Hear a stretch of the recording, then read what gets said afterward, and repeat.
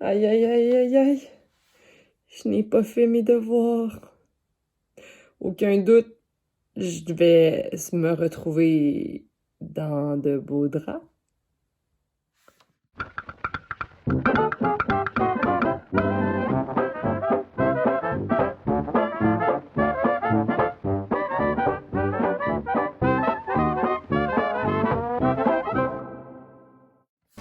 Yo, salut!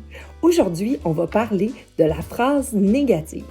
La phrase négative par opposition à la phrase déclarative affirmative est en fait une phrase déclarative. Tu dois savoir que la phrase négative n'est pas un type de phrase comme la phrase déclarative, la phrase interrogative, la phrase impérative qu'on a vu précédemment.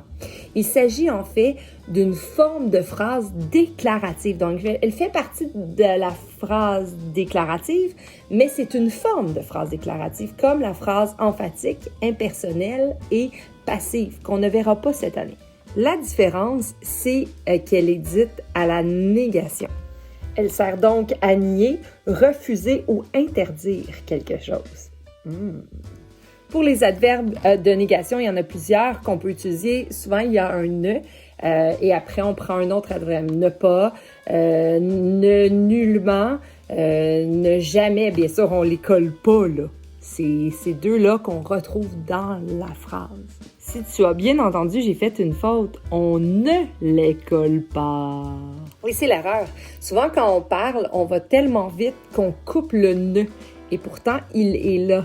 Alors, fais attention quand tu construis ta phrase négative d'avoir tes deux adverbes ou encore un pronom ou un déterminant. Une autre erreur qu'on fait, c'est d'oublier le N apostrophe. Je n'ai aucune idée. Alors, le N apostrophe ici vient remplacer le ne dans une phrase négative.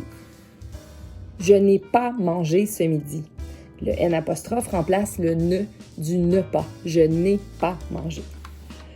Ouf, ça en fait des choses à apprendre, hein, mais ne t'en fais pas. Voici une phrase négative. En fait, tu peux trouver tout sur Alloprof en regardant les vidéos, les capsules informatives ou faisant des exercices à ce sujet des phrases négatives. Un bon conseil en ce qui concerne tes devoirs, n'attends pas à la dernière minute parce que tu sais jamais qu'est-ce qui peut arriver. Hey, bye tout le monde!